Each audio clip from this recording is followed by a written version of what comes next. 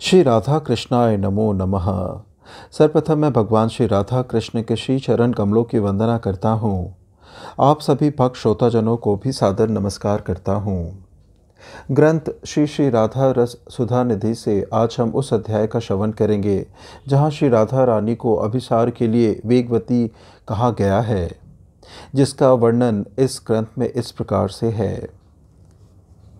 हे श्री राधिके, हे सुरंग तरंगिनी, हे दिव्य केली कल्लोल मलिनी, हे शोभामान वदनान विंदे, हे श्यामामृत सागर संगमार्त तीव्र वेगवती, हे आवर्तन भिरुचिरे, तुम मेरी सन्निहिता हो।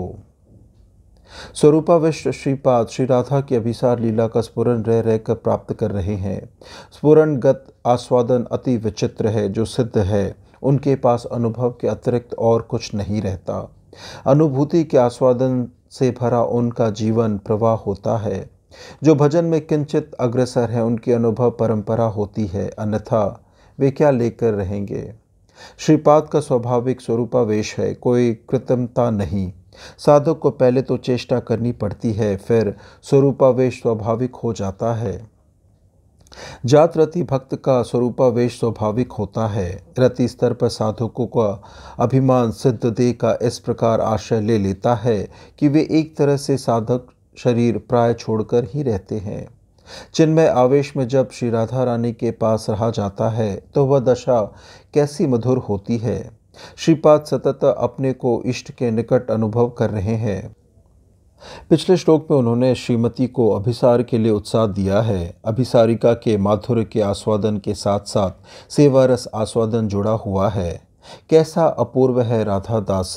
भुवन आकर्षित करने वाली वंशी ध्वनि आज श्री राधा को चित्ताकर्षक के रूप में ही ध्वनित हो रही है।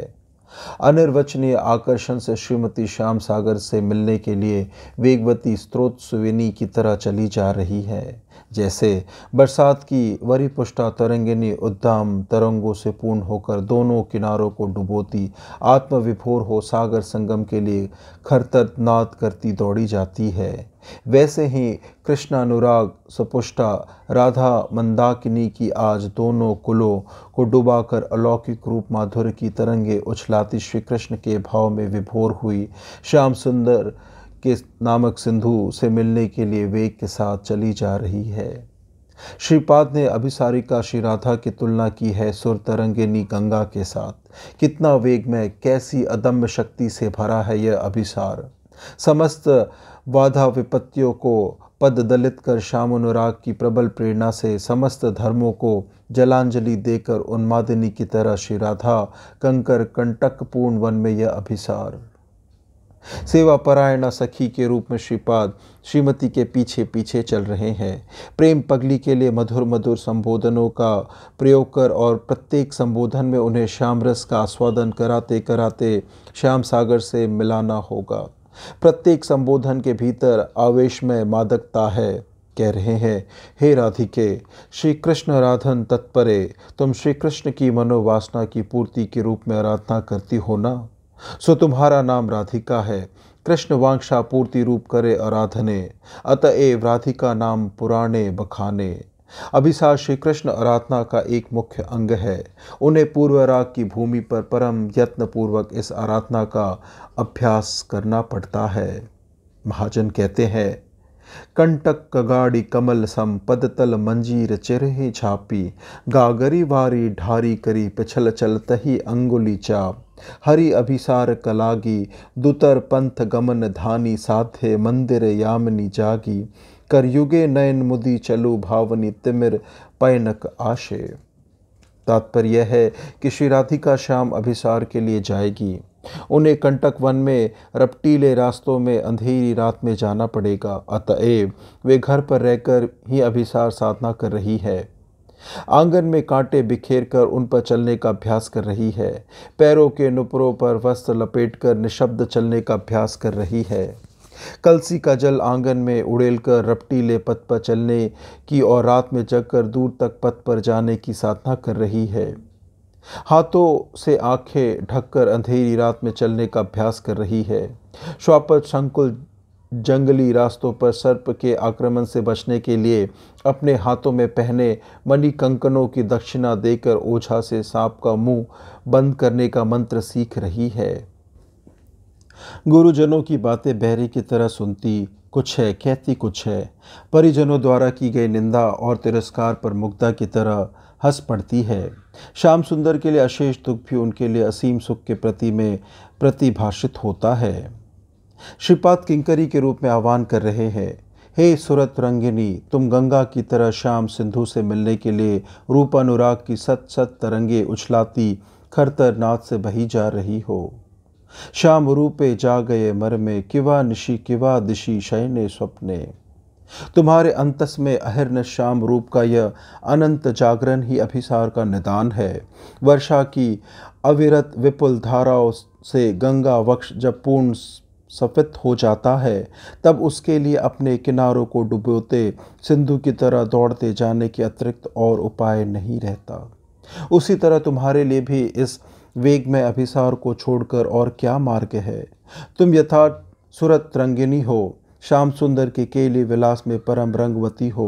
उसी सुरत रंग की तरांगवल्ली तुम्हारे अंग प्रत्यंग में खेल रही है। हे दिव्य केली कल्लोल मालिनी, सुर तरंगिनी गंगा के साथ तुम्हारी समानताओं का भाव नहीं। वर्षाकालीन गंगा जैसे कल्लोल माला से उच्छ्वसित होती है, उसी तरह तुम भी दिव्य अर्थात चिन्मय श्याम सुख तात्पर्यपूर्ण केली कल्लोल माला से विभूषिता हो। संबोधने में प्रियतम के साथ अतीत लीलाओं की मधुर स्मृति जड़ित है। श्रीपाद अतीत लीलाओं की अनेक सुदिव्य स्मृतियाँ वीरवती के अंतर में जगह जगह कर मूल शक्ति के शक्ति संचार कर रहे हैं। ये है नित्य किंकरिया, साधक को इनके सेवा की परिपाटी सीखनी होगी। हे लसद द्वनारविंदे, जैसे गंगा में प्रस्फुटित कमलिनी अपनी गंध से मधुकर का मन प्राण आकर्षित कर गंगा वक्ष आलोकित करती विराजती है, वैसे ही तुम्हारी देह रूपी सुवर्ण नाल पर तुम्हारा श्रीमुख ही अरविंद है। उस वदन कमल के सौंदर्य और सौरभ से मधुसूदन के मन प्राण आकुल हो उठते हैं। श्रीमद रूप गोस्वामी पाद ने मथुरा श्री राधा की वदन माधुरी का वर्णन करते हुए कहा है, मुखोल्लास फुल्ल कमल वन मुल्ल धयंती, जिनके वदन की सुषमा और सुगंध फुल्ल कमल वन की सुषमा को भी पराजित करती है।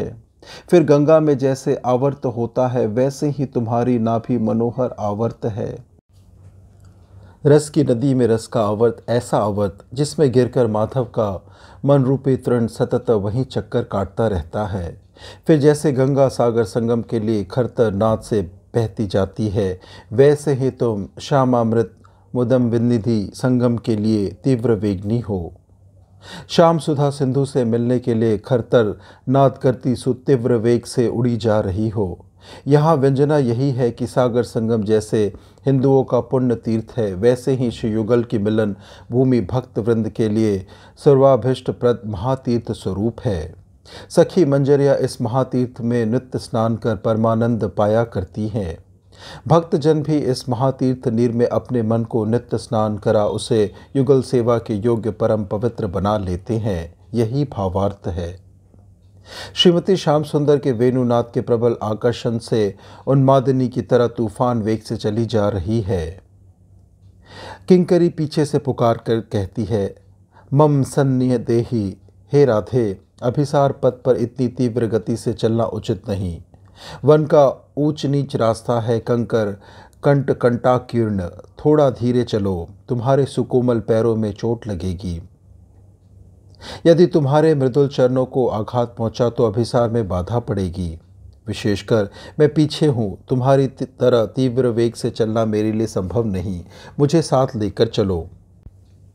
मम सन्न देही कहकर अनिष्ट की आशंका से किंकरी श्रीमती के वेग को किंचित शांत करने के लिए दासी वत्सला श्रीमती को अपनी असमर्थता दिखाकर उनके मन में करुणा पैदा करने की चेष्टा कर रही है। इस प्रकार से ग्रंथ श्री श्री राधा रस सुधा निधि से आज के अध्याय की संपन्नता होती है। श्रवण करने के लिए और अपना बहुमूल्य समय देने के लिए आपको धन्यवाद। त्रुटियों के लिए क्षमा प्रार्थी हूँ। श्री राधा कृष्णाय नमो नमः।